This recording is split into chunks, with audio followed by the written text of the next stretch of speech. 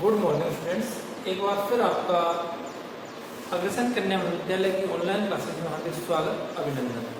हमारा टॉपिक चल रहा था फ्लावर। ठीक है, फ्लावर में मैंने आपको फ्लावर की संरचना के बारे में बताया। ठीक है, फ्लावर की संरचना के बाद मैंने आपको फ्लावर कौन कौन से भाग पाए जाते हैं इनके बारे में बताया। अब नेक्स्ट हमारा जो है टॉपिक आता है कि फ्लावर के अंदर जो संरचनाएं जो होती हैं उनको हम डायग्राम में कैसे लिखते हैं, उनको हम कैसे सूत्र के माध्यम से कैसे व्यक्त करते हैं, उनकी जो है शब्दावली क्या होती है। तो हम जो है उसकी शब्दावली के बारे में अध्ययन करें तो सबसे पहले आता है इसमें सहपत्री। सबसे पहले आता है सहपत्री। सहपत्री को किसे कहेंगे? ठीक है, सहपत्री को व्यक्त करते हैं बी आर से। किससे? B R. ठीक है, अर्थात पुष्प जब जो है सहपत्र के कक्ष में उत्पन्न होता है तो ऐसे पुष्प को सहपत्री पुष्प कहते हैं और उसे हम व्यक्त करते हैं बी आर से। किसमें? सहपत्र के कक्ष में जब पुष्प उत्पन्न होता है तो उसे सहपत्री कहते हैं और किससे व्यक्त करते हैं? बी आर से व्यक्त करते हैं। ठीक है, उसके बाद अगर पुष्प असहपत्री है, असहपत्री है, उसे हम ईबीआर से व्यक्त करते हैं। किससे करते हैं? ईबीआर से व्यक्त करते हैं। ठीक है, सहपत्री बी आर, असहपत्री ईबीआर। ठीक है, उसके बाद आती है अपनी सहपत्री की। सहपत्री की, सहपत्री की। ठीक है, सहपत्र से बाहर ऐसे कह सकते हैं जब पुष्प में सहपत्रिका उपस्थित हो। ठीक है, और सहपत्रिका जो होती है उस पर्ण के समान सदस्य, एक पर्ण के समान सदस्य रचना होती है जो पुष्प वृंत पर कहीं भी उपस्थित हो सकती है। इस पर पुष्प वृंत पर कहीं भी उपस्थित हो सकती है। कल जब मैंने आपको गुड़हल का जब पुष्प बताया था तो मैंने बताया था नीचे जो है उसमें जो नीचे जो पूरा घेरा बना हुआ था, ठीक है, जिसको मैंने आपको अलग करके बताया था, वो सहपत्रिकाओं का ही एक घेरा था। ठीक है, ये पुष्प वृंत पर कहीं भी उपस्थित हो सकती है। इससे हम सहपत्री कैसे हैं? इससे हम अगर ये दो हैं इसे हम बी आर एल किससे व्यक्त करते हैं? बी आर एल किससे व्यक्त करते हैं? इसे बी आर एल से व्यक्त करते हैं।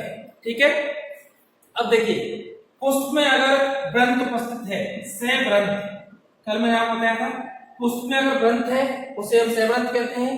वृंत कौन सा भाग है? जिससे पुष्प जो है अक्ष पर जिसके माध्यम से जुड़ा रहता है उसे हम पुष्प वृंत कहते हैं। ठीक है, अगर मान लीजिए वृंत नहीं है उसे हम अवृंत कहते हैं।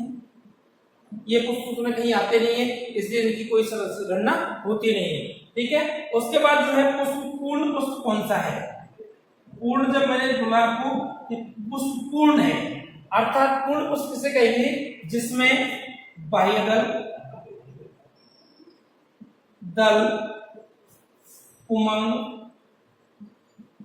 और जायन, ये चारों भाग जिसके अंतर्गत उपस्थित होते हैं, ये चारों भाग जिसके अंतर्गत पाए जाते हैं वो जो है पूर्ण पुष्प कहलाता है। इसमें के इसे के से, दल को सी से, उमंग जो है एंड्रोसियम ए से और जायन जो है जी से व्यक्त करते हैं। अर्थात जिसमें के सी ए जी जिसमें भी व्यवस्थित होते हैं उस जो पुष्प के चारों भाग बस होते हैं वह पुष्प जो है वो पूर्ण कहलाता है।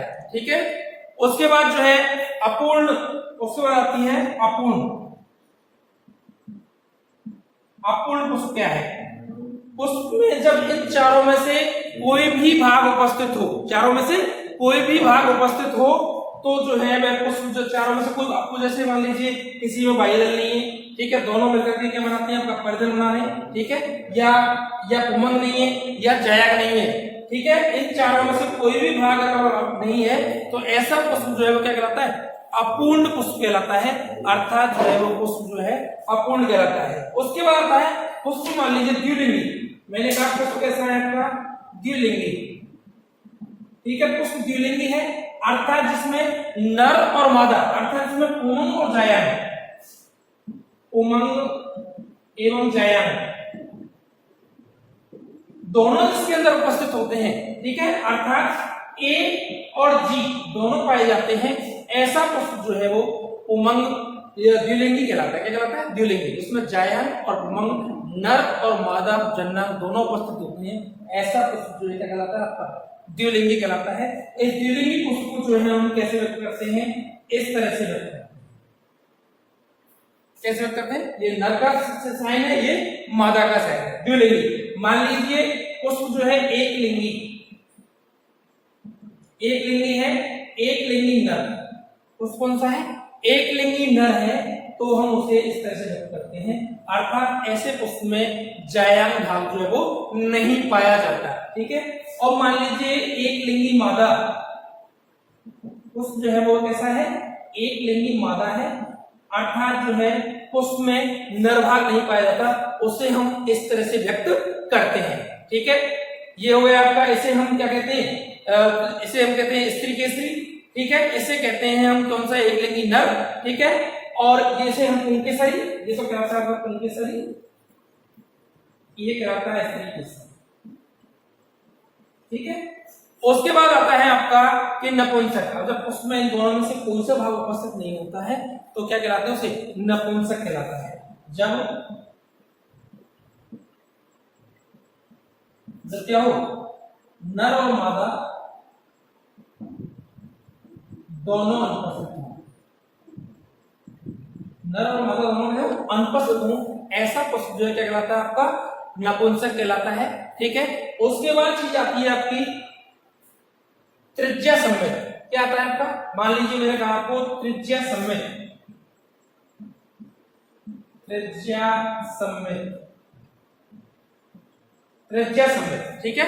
त्रिज्या सम्मित। अब जब मैंने आपको बताया था कि पुष्प को, मान लीजिए ये कोई पुष्प है, इसको किसी भी अक्ष से काटने पर, किसी भी अक्ष से काटने पर, बीच में से काटने पर, किसी भी तल से काटने पर दो समान भागों में बढ़ जाए। इसको अपन यूं काटेंगे तो दो समान भाग, इसको यूं काटेंगे तो दो समान भाग, तो उसे हम त्रिज्या सम्मित कहते हैं। इसका जो साइन होता है उसे हम इस प्रकार से व्यक्त करते हैं।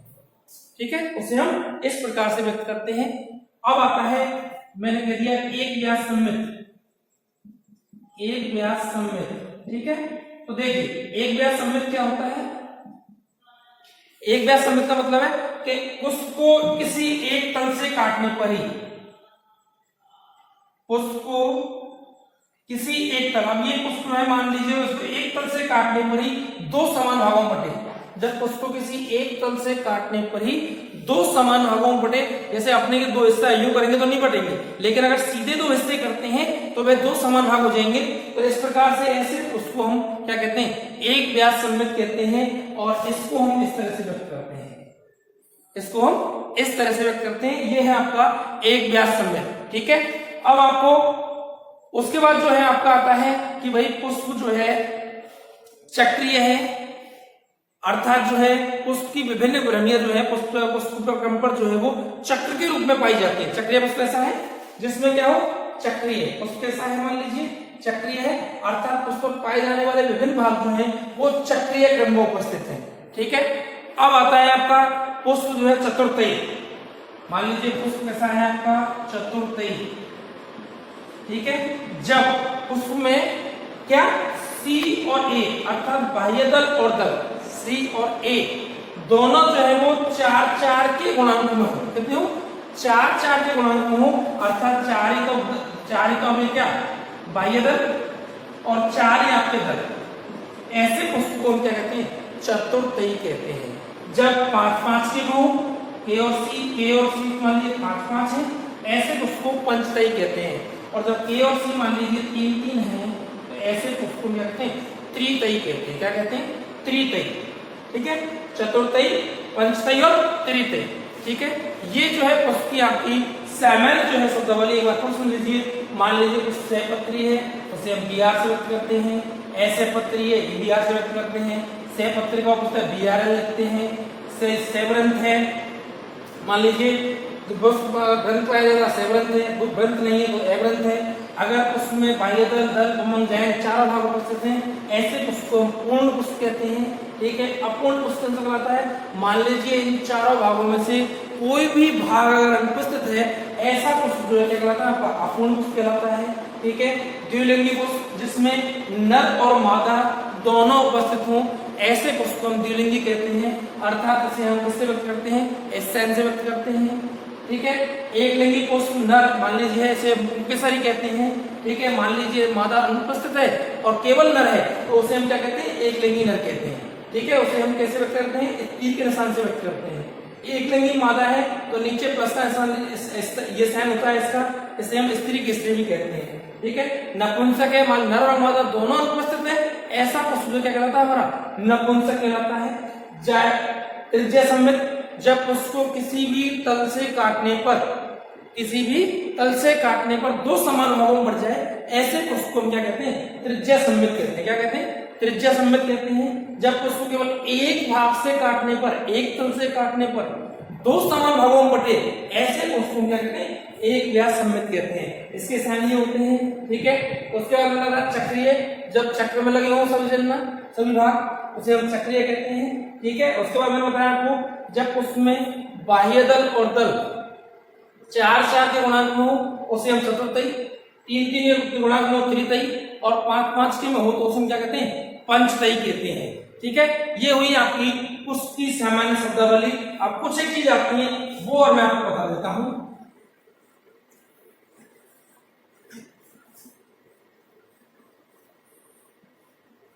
देखिए कुछ चीजें और आती हैं वो आप देख लीजिए। मान लीजिए दल और बाह्य दल दोनों मिल जाते हैं। ठीक है, तो वो बनाते हैं परिदल। क्या बनाते हैं, परिदल कहते हैं। क्या कहते हैं, परिदल। और परिदल को जो है वो पी से व्यक्त करते हैं। किससे व्यक्त करते हैं, पी से व्यक्त करते हैं। ठीक है, परिदल किससे व्यक्त करते हैं, हम पी से व्यक्त करते हैं। ठीक है, अब देखिए इसमें कुछ और चीजें, मान लीजिए पुंकेसर जो है वो दल लग्न है।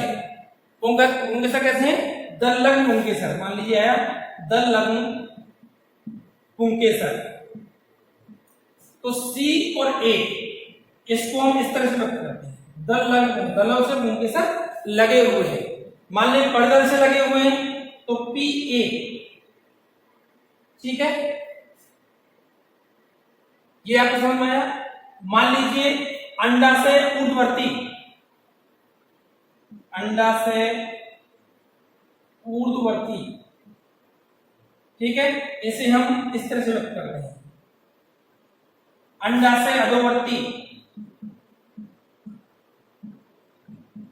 अधोवर्ती, इसे हम इस तरह से व्यक्त करते हैं। मान लीजिए अंडाशय आ जाए हमारा अर्ध अधोवर्ती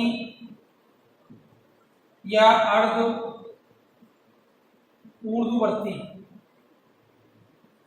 अर्ध अधोवर्ती या अर्ध ऊर्ध्ववर्ती, इसे हम जो है इस तरह से व्यक्त करते हैं। तो ये हमारी सामान्य पुष्प की शब्दावली है जिससे हम इस प्रकार से लिखते हैं। ठीक है, मान लीजिए जो है पुष्प के साथ संयुक्त, मान लीजिए दल क्या है, दल बाह्य दल जो है आपके, मान लीजिए शुरू से लेते हैं, बाह्य दल मान लीजिए संयुक्त है, अलग है तो इस तरह से व्यक्त करते हैं, और मान लीजिए संयुक्त है तो हम उसे कोष्ठक में लिखते हैं। ठीक है, मान लीजिए दल जो है अलग है तो कोई बात नहीं, तो हम सी से व्यक्त करते हैं, और संयुक्त है तो हम इस तरह से उसे कोष्ठक में लिखते हैं। ठीक है, इस तरह से मान लीजिए क्या अंडाशय या पुंकेसर जुड़े हुए हैं तो हम उसे इस तरह से व्यक्त करेंगे। ठीक है, मान लीजिए पुंकेसर जो है जयाम जो है वो संयुक्त है तो उसे हम जी और इस तरह से व्यक्त करेंगे। संयुक्त है तो अलग है तो कोई बात नहीं, लेकिन संयुक्त है तो हम क्या लगाते हैं, उसे कोष्ठक में बंद कर देते हैं। ठीक है, ये हुई आपकी सामान्य पुष्प की शब्दावली जो आपको अच्छे से समझ में आ गई होगी और अच्छे समझ में आ जाएगी। ठीक है, एक चीज और आती है आपकी, मैंने बताया आपको सहपत्री। ठीक है, अगर सहपत्री दो है तो कोई दिक्कत नहीं है, तो हम उसे BRL2 लिखेंगे। क्या लिखेंगे हम, BRL2, दो है तो। अगर सहपत्रिकाएं जो है वो 3 या 3 से अधिक हैं, सहपत्रिकाएं मान लीजिए सहपत्रिकाएं 3 या 3 से अधिक हैं तो ये जुड़कर क्या बनाती है आपके अनुबाह्य दल क्या बनाती है? अनुबाह्य दल एपिकैलेक्स, अनुबाह्य दल एपिकैलेक्स बनाती हैं। इसे हम ईपीआई से व्यक्त करते हैं। किस व्यक्त करते हैं? ईपीआई। क्या लिखते हैं इसे? ईपीआई से एपिकैलेक्स से व्यक्त करते हैं। ठीक है, तो ये जो है आपकी सामान्य उसकी शब्दावली जो आपको समझ में आ गई होगी। आप लोग पढ़ना और फिर इसके बारे में बताना, नहीं समझ में आए तो पूछना। अब नेक्स्ट जो टॉपिक आता है आपका उसमें वो आता है कि हम कैसे पहचानेंगे अंडा से ऊर्ध्ववर्ती है, अधोवर्ती है, अर्ध अधोवर्ती है। ठीक है, ये कैसे पहचानेंगे? तो हम पुष्पासन पर पुष्पीय भावों के निवेश के आधार पर हेलेंगे। आपका पुष्पासन पर पुष्पीय भागों के निवेश के आधार पर पुष्प जो है आपका वो अंडाशय पुष्प जो है आपका वो 3 प्रकार का है। 3 प्रकार का। ठीक है, नंबर 1 जायानधर हाइपोगाइनस। नंबर 1 है आपका जायानधर। ठीक है, जिसे इंग्लिश में कहते हैं आपका हाइपोगाइनस। हाइपोगाइनस। ठीक है, जिसे क्या कहते हैं अपन? हाइपोगाइनस। हाइपोगाइनस। ठीक है, दूसरा है आपका परिजायनीय। परिजायनीय। ठीक है, इसे कहते हैं हम पेरिगाइनस।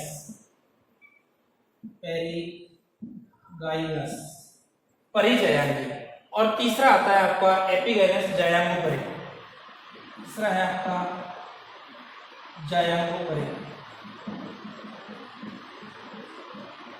जायांगो या एपिगाइनस। एपिगाइनस ये जो है 3 प्रकार का पुष्पीय भाग, पुष्पासन पर पुष्पीय भाग में निवेश के आधार पर पुष्प 3 प्रकार का है, जायांधर, परिजायनी और जायांगोपरि। ठीक है, ये 3 प्रकार का होता है। हम इसको कहते हैं जायांधर कहते हैं ऊर्ध्ववर्ती अंडाशय। ऊर्ध्ववर्ती अंडाशय क्या कहते हैं इसे? हम ऊर्ध्ववर्ती अंडाशय कहते हैं हाइपोगाइनस को। ठीक है, और पेरिगाइनस को जो है वो हम अर्ध अधोवर्ती या अर्ध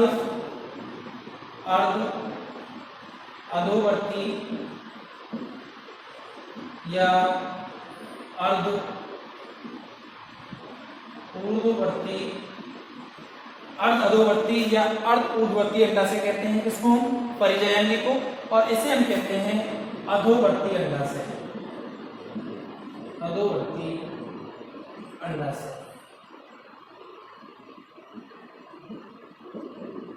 अधोवर्ती अंडाशय। ठीक है, जायांधर। अब मैं आपको 3 संरचना बनाऊंगा। इन संरचना में पता लगेगा आपको कि हम कैसे कहेंगे इनके। देखिए, इन संरचना मान लीजिए जब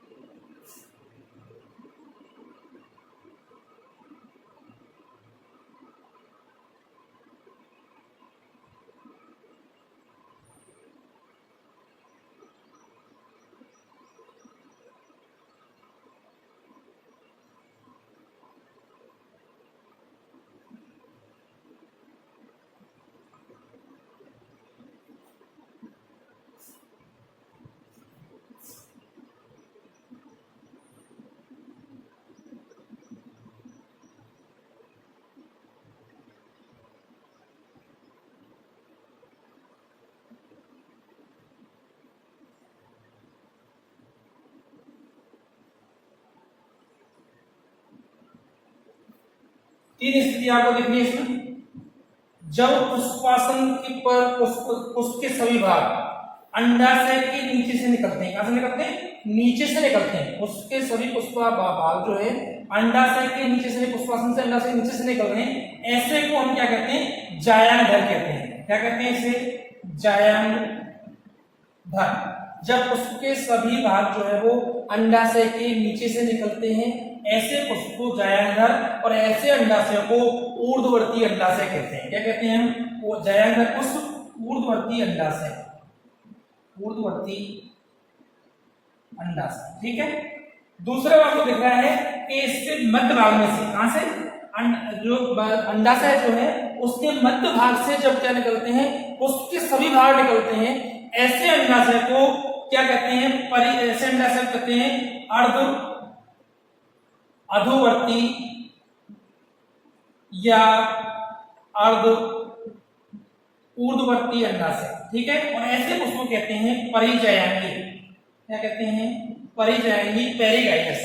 पुष्प परिजायंगी कहलाता है और अंडाशय जो है आपका अर्ध अधोवर्ती या अर्ध ऊर्ध्ववर्ती कहलाता है, जब पुष्प के जो है पुष्पांग जो है वो अंडाशय के मध्य से निकलते हैं, ऐसा भाग, ऐसा पुष्प जो है परिजायंगी, पेरिगाइनस कहलाता है। लास्ट वाला मैंने आपको बताया था, जब पुष्प के सभी भाग अंडाशय के ऊपर से निकलते हैं, देख लो अंडाशय के ऊपर से निकलते हैं, ऐसे पुष्प को जो है क्या कहते हैं? जायांगोपरिक, एपिगाइनस कहलाता है। और ऐसा जो अंडाशय होता है उसे हम अधोवर्ती अंडाशय कहते हैं। क्या कहते हैं हम? अधोवर्ती अंडाशय। जब पुष्प के सभी भाग कहां से निकलते हैं? उस अंडाशय के ऊपर से निकलते हैं, उसे हम अधोवर्ती कहते हैं। जब मध्य में से निकलते हैं उसे हम अधोवर्ती कहते हैं, और जब नीचे से निकलते हैं तो उसे हम क्या कहते हैं? ऊर्ध्ववर्ती अंडाशय कहते हैं। इस प्रकार से जो है वो उस पर लगने वाले भाग के आधार पर मैंने बताया आपको, इसको हम जी से कैसे व्यक्त करेंगे?